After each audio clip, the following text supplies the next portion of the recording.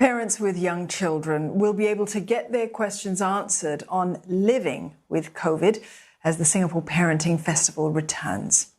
And doctors will zoom in on vaccinations and safety at the seminar, which is jointly organised by Mediacorp and theAsianparent. Now joining us is Dr. Chan Se-min from the Khoo Teck Puat National University Children's Medical Institute at NUH. She heads the paediatric infectious department there. Dr. Chan, thanks very much for joining us this evening. We've been vaccinating children from 5 to 11 for a while now, since December. What are some of the common concerns you hear from parents?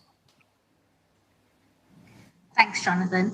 Well, I think safety and long-term effects are probably the top of parents' minds, and it's a very valid concern. From what we know of the mRNA vaccine, long-term effects are unknown but unlikely. But parents are having to balance any rare, serious side effects of the vaccine, like severe allergic reactions or inflammation of the heart muscle. And they're balancing that with the risk of being very sick with COVID, children having complications such as multi-system inflammatory syndrome in children, and of course, protecting other vulnerable people in the household. So I think, for most parents, having the opportunity to protect your child from hospitalization or serious illness, however uncommon that may be, is something that most parents would want to have. The other concern that a lot of parents do ask about is that they have children with certain medical conditions and they're wondering whether their child is suitable or not suitable for the vaccine. So, for example, things like asthma, allergies, and eczema. And the vaccine is actually safe for all these children to receive. Only those who have had a severe allergic reaction or heart muscle inflammation after the first dose, or those who have a known rare allergy to a compound called polyethylene glycol, these children are not eligible to have the vaccine. But other than that, most other children are medically eligible. Dr. Chan, the Health Sciences Authority's most recent safety update showed that 10 children in that age group, 5 to 11, developed serious adverse effects after the shots. What would you say to parents who perhaps might cite that statistic to you in their concerns? Sure. So I think the first thing to say is that there were 10 reports of serious adverse effects, and this was based on a denominator of nearly 240,000 doses given to this age group. So that works out to 0.004% of reports of serious adverse effects. That's similar to the number that's being reported in adolescents and in adults. And this vaccine is probably one of the most scrutinized vaccines in history, and that's a very low incidence. I think the second important thing to mention is that these reports were not actually assessed for causality, which means that although they have been reported, they may also have happened coincidentally around the time of the vaccine, or they may have been related to another underlying condition or disease that the child had. Singapore is on track to, have 70% of primary school children vaccinated with both doses by the end of the month. How do we move the needle with those who are still kind of on the sidelines thinking, should I not do it?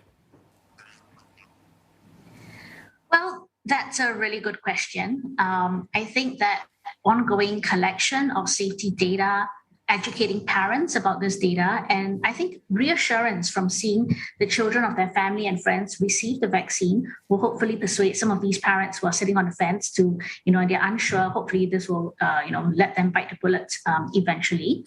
Also, the number of infections is increasing now. There are more children who are hospitalized or critically ill, and therefore these parents may feel a greater urgency to protect the child.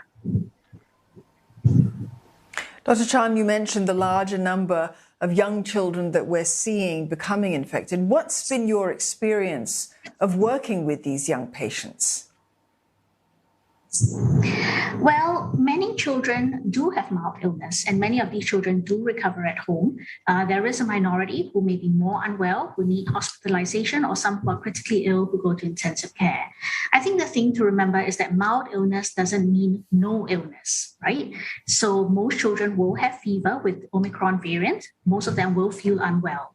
And those with poor appetite, maybe vomiting or diarrhea, these children can become dehydrated and lethargic. So it's really important that if they are resting at home, that they have lots of rest, they drink plenty of fluids, they remain well hydrated. Sometimes it helps to have simple medications for fever and runny nose, and that can make them feel more comfortable. And those children with bad sore throat should have food and drink that they like and that they can take easily. So it's easier for parents to give it to them. I think the other thing that is a problem with home recovery is that children are isolated at home. They're stuck in a room. They get bored. They're frustrated. And it's a stressful time for everyone, especially the parent. So, I usually say, try to keep to a routine, use books, use toys, keep them occupied. And for the really young ones, try to make a game out of being, isolated in a room. And I always advise the parents to try and take it easy, go easy on themselves as well, because it is stressful for everybody. All right, great advice there from Dr. Chan. Thanks very much for joining us tonight. We've been speaking there with Dr. Chan Si Min from Khoo Teck Puat National University Children's Medical Institute at NUH.